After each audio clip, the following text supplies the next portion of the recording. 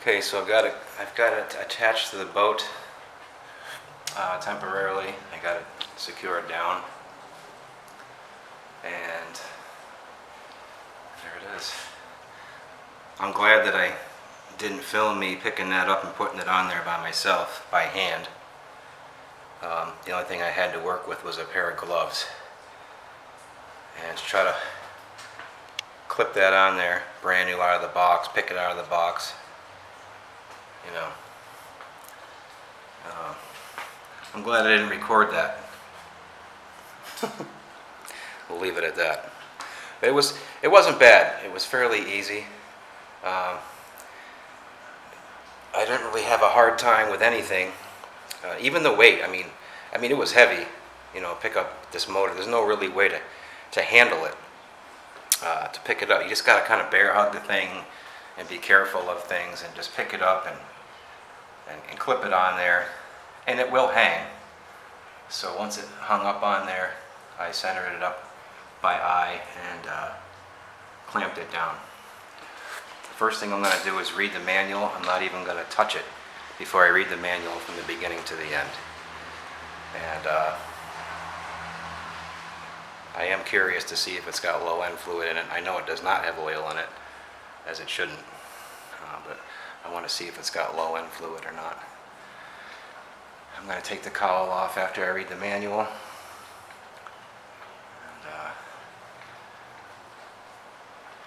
I never imagined 147 pounds would feel like that. I've lifted a whole lot more, a whole lot easier. But there's the fuel tank over there. The electric start wires are over there. Again, I'm pretty much a novice to this kind of stuff, as far as doing this kind of stuff, but I'm going to do it myself. I'm not going to pay anybody to do anything. The motor looks good on the boat. It looks like it came that way. It should be a 25 horsepower on this boat, I think. I'm sure a 20 would have did the job. But this 25 has a little bit of, it's got good mid-range, that third cylinder. I don't think it would be any faster than a 20 top end. I do believe it came with an 11 pitch prop, if I'm not mistaken. I think that's what it is. And the way it came, it was all the way down. The trim was all the way at the, this is not a power trim. The trim was all the way down here at the bottom. And I moved it up one notch just so I could try to size up the, you know,